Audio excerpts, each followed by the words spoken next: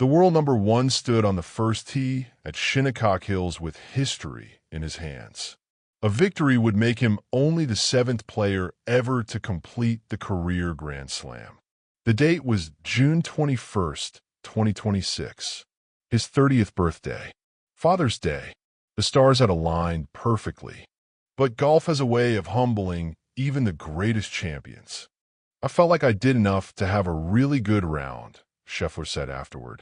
It was just, man, I felt like I hit a lot of good putts that were really close to going in. Just wasn't able to kind of hold those. He finished tied for fourth at even par, 4 shots behind Wyndham Clark. The crowd serenaded him with happy birthday all day, but the magic never materialized. His first round 72 left him playing catch-up all week. And when Clark wobbled on Sunday, Scheffler couldn't apply the pressure. I was close, Scheffler admitted, but not where it needed to be. Welcome to Golf Untold. Today, we're breaking down what went wrong for Scottie Scheffler at the 2026 U.S. Open and why his historic opportunity took an unexpected turn. The stage was set for something special. Scottie Scheffler, the world number one, had won 4 majors in the last 4 years. He had won the Masters twice. He had won the PGA Championship and the Open Championship in 2025. The only major missing from his resume was the U.S. Open. He arrived at Shinnecock Hills with the chance to join an exclusive club. Gene Sarazen, Ben Hogan, Gary Player, Jack Nicklaus, Tiger Woods, and Rory McIlroy. Only 6 players in history had completed the career Grand Slam. Scheffler was trying to become the 7th. The timing couldn't have been more poetic. The final round fell on his 30th birthday. It was also Father's Day, and Scheffler had become a father for the second time just months earlier. The golf gods seemed to be sending a message. But Scheffler wasn't focused on history. The Grand Slam has never been a motivating factor for me, he said before the tournament. I always just wanted to be the best version of myself, and that got me this far. He had a chance to join the signatures on McIlroy's famous Augusta scorecard, a gift from McIlroy's caddy Harry Diamond after he completed the Slam in 2025. There's plenty of room just waiting for him, McIlroy had joked. For 2.5 rounds, it looked like Scheffler might actually pull it off. He overcame a slow start on Thursday with a 268 on Friday, snapping a streak of 10 U.S. Open rounds without breaking par. He closed Saturday with a 69, putting himself at 1 under and tied for second, 6 shots behind leader Wyndham Clark. The deficit was significant, but not insurmountable. Scheffler had made up ground before. At the Masters in April, he had come from 12 strokes back to nearly catch Rory McIlroy. If anyone could pull off a comeback, it was Scheffler. Then came Sunday, and everything changed. The final round at Shinnecock Hills was supposed to be Scheffler's coronation. Instead, it became a study in frustration. He started the day with a bogey on the first hole, his second shot rolling off the green, and his putt to save par missing. It was the kind of mistake that Scheffler rarely makes. The kind of mistake that cost championships. The crowd was firmly behind him. They chanted "Happy Birthday" as he walked the fairways. They cheered his good shots and groaned at his misses. They wanted the comeback. They wanted the history. But Scheffler couldn't deliver. On the par 3 7th, his second shot from a bunker hit the green and, in classic Shinnecock fashion, rolled back into the sand. He needed 2 shots to escape the bunker and a 15-foot putt just to save bogey. The stroke he'd picked up with a birdie 2 holes earlier was gone. He moved back to 1 under with a birdie on the 10th, but he never drew closer than 3 shots behind Clark. His last, best chance came on the par 5/16. Clark teed off in a thick fescue. Scheffler was in perfect shape in the fairway. He had the advantage. Then he hit driver off the deck into the rough. Clark hit a fantastic shot back into the fairway and made birdie. Scheffler made par. The lead was 5. The dream was over. Scheffler finished with a bogey and 4 consecutive pars. He signed for a 1/71, finishing the tournament at even par and tied for fourth with J.D. Poston and Keith Mitchell for shots behind Clark. He was never the one threatening Clark's lead on a back nine. The story of the day became Sam Burns' charge, not Scheffler's comeback.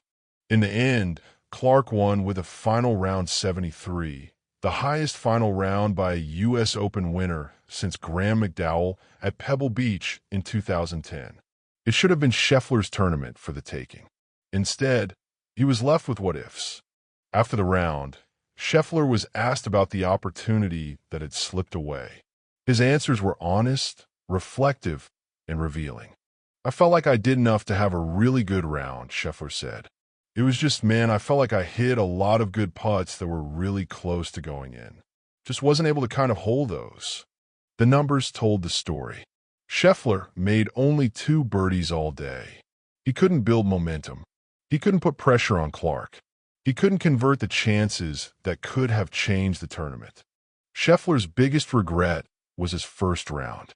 He shot a 2/72 on Thursday, leaving him 8 strokes behind Clark after day 1.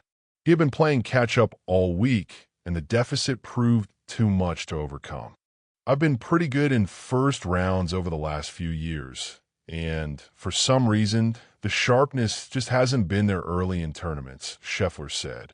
"I haven't had those leads that I've needed in order to win tournaments. I've been playing catch-up all year." He had a point. Scheffler hadn't won since January at the American Express, his 20th career victory and his first start of the season. He had 3 runner-up finishes, including the Masters. He had been close, but he hadn't broken through. Still, he remained philosophical about the disappointment. "At the end of the day, I was trying to move my way up the leaderboard," Scheffler said. "I have belief that if Wyndham shot even par today, I believe that I could catch him. It's just a matter of executing the shots." The execution wasn't there, and Scheffler was left to wonder what might have been. Despite the disappointment, Scheffler showed grace in defeat. It's a quality that has defined his career. His caddy, Ted Scott, went out of his way to congratulate Clark after the round. Clark later revealed what Scott said. He was like, "Hey, that was really impressive, and that was difficult, but it was fun to watch and you handled it with class." In a tournament where the gallery had rooted against Clark all week, the New York crowd never warmed to him. The gesture from Scheffler's team stood out. It was a reminder that golf, at its best, is a game of respect. Scheffler himself had nothing but praise for Clark. "He showed what he's made of there with a great birdie on 16, Scheffler said. "Wyndham has a pretty good, I don't know if escapability is the right word, but he's, I would say, a very underrated scrambler." The respect was mutual. Clark later said he was grateful for the kindness Scott had shown him, especially given that the crowd had been firmly behind Scheffler. The gesture reflected the best of golf.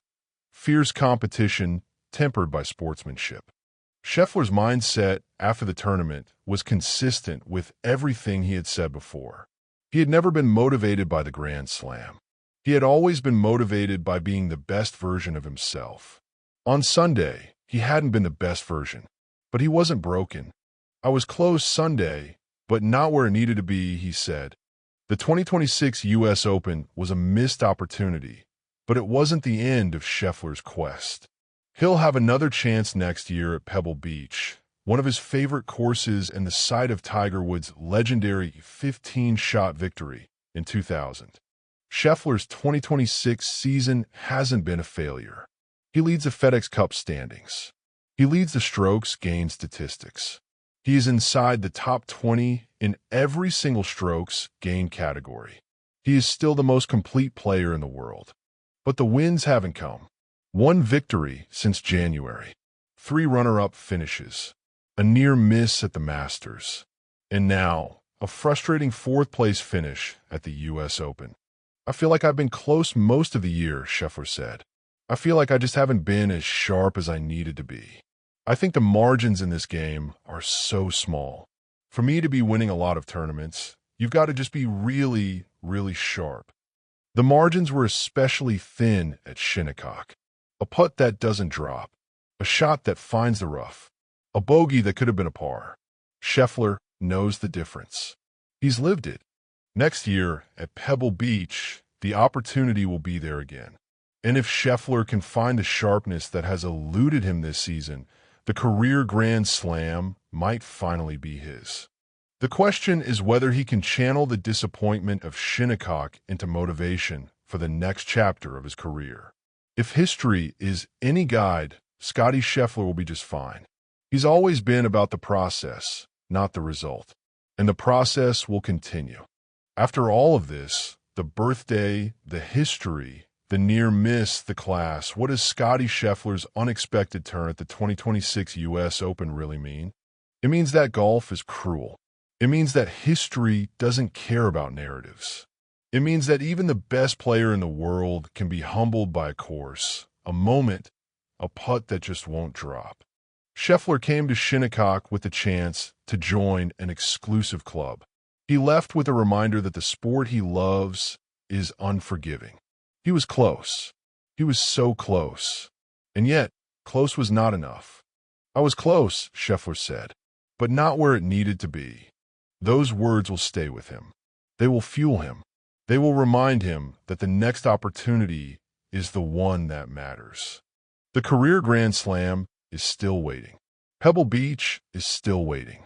And Scottie Scheffler is still the best player in the world. The unexpected turn at Shinnecock wasn't the end of the story. It was just the next chapter. Will Scottie Scheffler ever win the U.S. Open? The answer isn't clear. But one thing is certain. He's not done trying. And that might be the most important thing of all.